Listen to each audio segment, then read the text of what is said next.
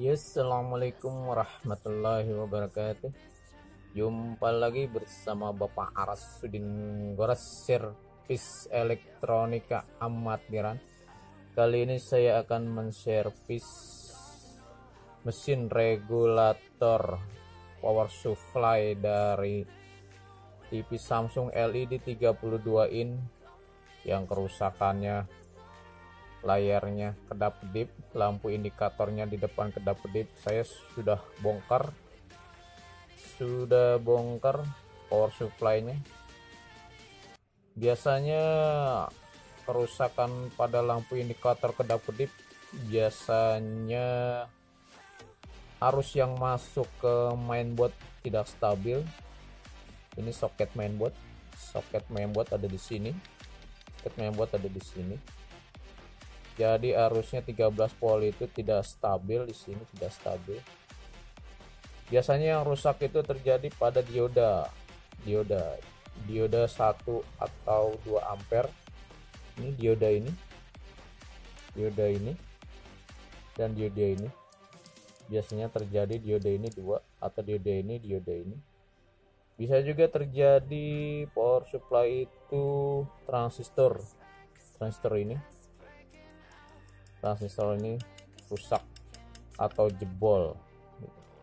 Oke, saya ukur dulu dengan multitester. Kita setting multitester pada posisi dioda ya. Posisi dioda kita ukur dulu multitesternya, mana yang jebol, mana yang rusak, dan mana yang masih bagus. Oke, sekarang saya akan mengukur dioda mana yang rusak, yang short. Dioda mana saja kira-kira di antara dioda ini atau ini kita short. Kita cek dulu satu-satu diodanya. Ini anoda, ini katoda. Kita cek dulu jalan atau tidak. Oh, tidak jalan. Lihat di sininya. Tidak jalan. Kita balik kabel probe dari multitester, kita cek dulu. Oke, jalan 428. Oke, jalan. Sekarang yang ini sebelahnya lagi kita cek. Oke, 429 bagus. Kalau dibalik tidak jalan, bagus. Nah, sekarang yang ini kita cek dioda yang besar ini, kita cek. Nah, ini jalan. Kalau dibalik jalan juga. Nah, ini kemungkinan dioda ini sudah short, sudah rusak. Kita tandain yang besar ini satu. Sebelahnya kita cek lagi. Jalan 5, 6, 7, 9, 3, 8. Naik turun. Sebelahnya lagi. Jalan, berarti kesimpulannya dia ini sudah short body, sudah rusak. Nah, mungkin kena panas, sudah terlalu lama dipakai. Jadi dioda ini harus dilepas dulu, diganti dengan yang baru. Oke, kita bongkar dulu. Ya, diodanya saya akan bongkar dulu. Saya bongkar dulu diodanya. Saya bongkar. Dia timahnya tebal karena sudah lama tiping. Timahnya sudah lengket sekali. Harus dipanasin soldernya lama. Bagusnya untuk melepas solder, untuk melepas dioda ini kita butuh mata solder yang bagus dan soldernya di atas 20, 30, 40 watt, 60 lah. 60 watt biar cepat terbuka. Panasin dulu. belum, masih lama.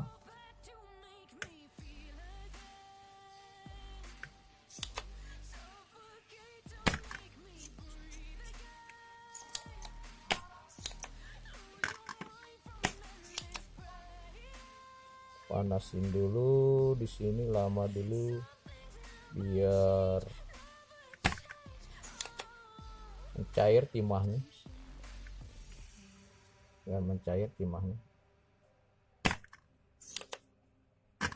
hati-hati jangan sampai kena komponen sebelahnya. Kita panasin lagi ya, kira-kira bongkar dioda 2 ini butuh waktu 5 menit lah.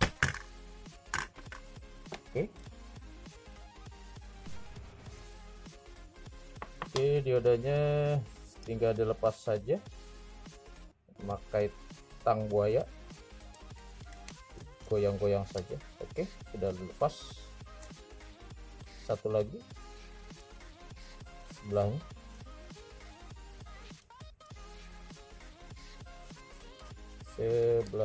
Oke, terlepas bedanya, terlepas. Trik melepas itu ada tekniknya tersendiri. Oke, ini diodanya sudah kita lepas. Kita cek ulang dengan multitester.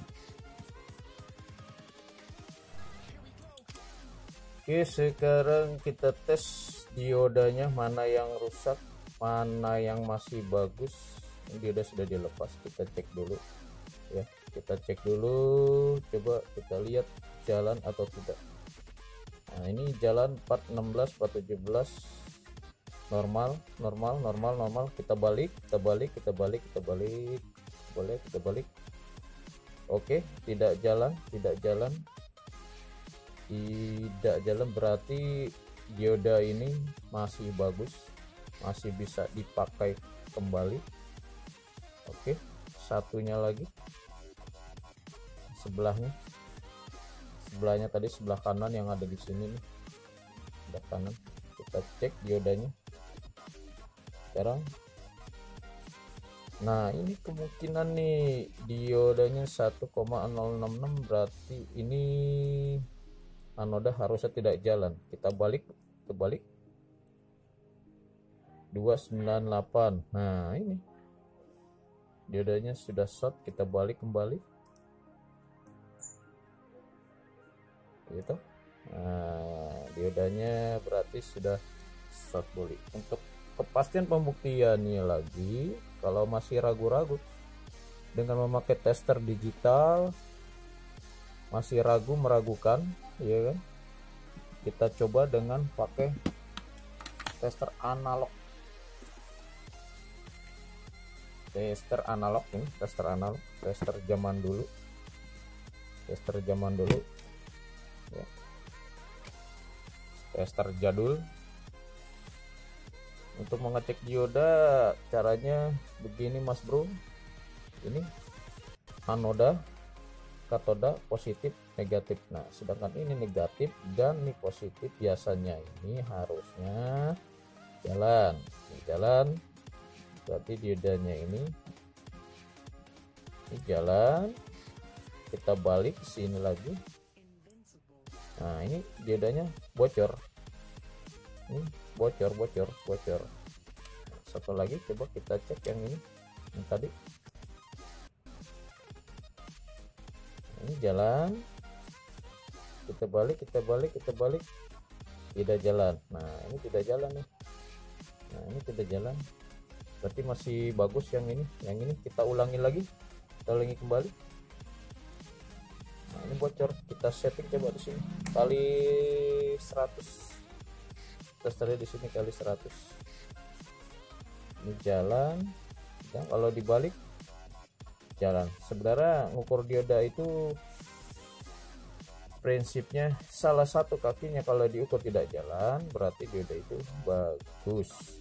Katoda dan ini anoda. Oke, sekarang diodanya sudah rusak satu, kita ganti dengan yang baru.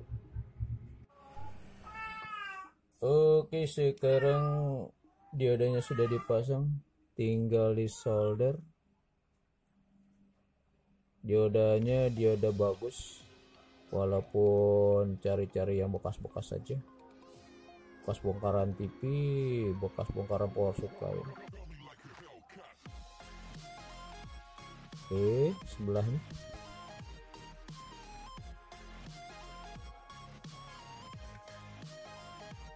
susah kalau untuk nyolder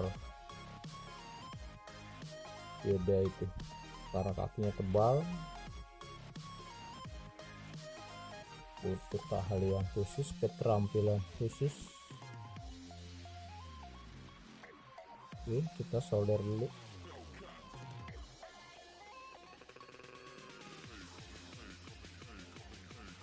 Panasin dulu kakinya lama. Oke, sebelah lagi.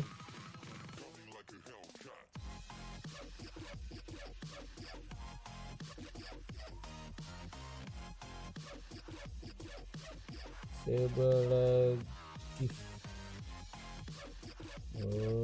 Oke. Oke, sudah sempurna.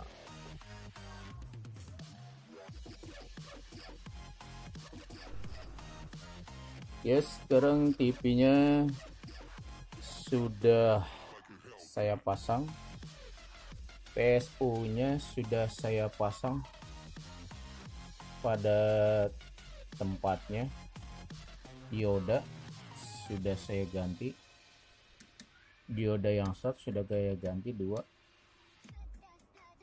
Ini penyakitnya lampunya kedap-kedip, tidak bisa start,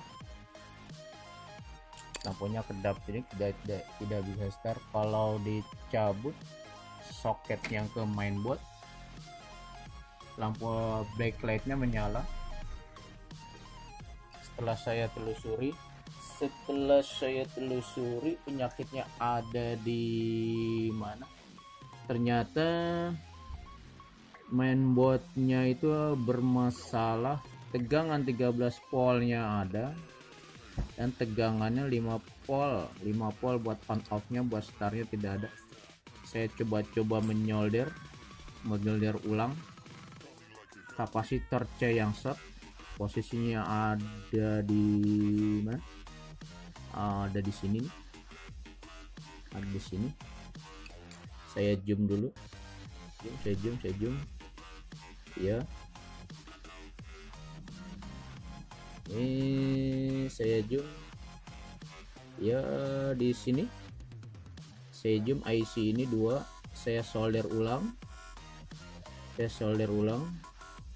Kelihatan saya zoom, saya solder ulang.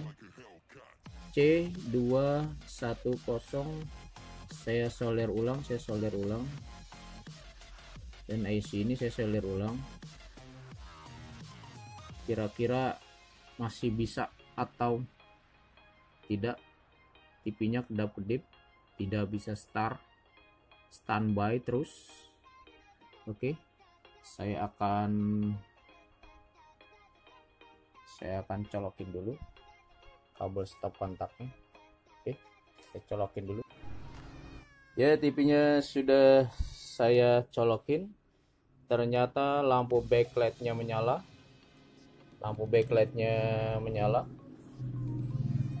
Oke, sekarang kita lihat, kita balik dulu, kira-kira bisa atau tidak. Ya, nyala. TV-nya sudah menyala.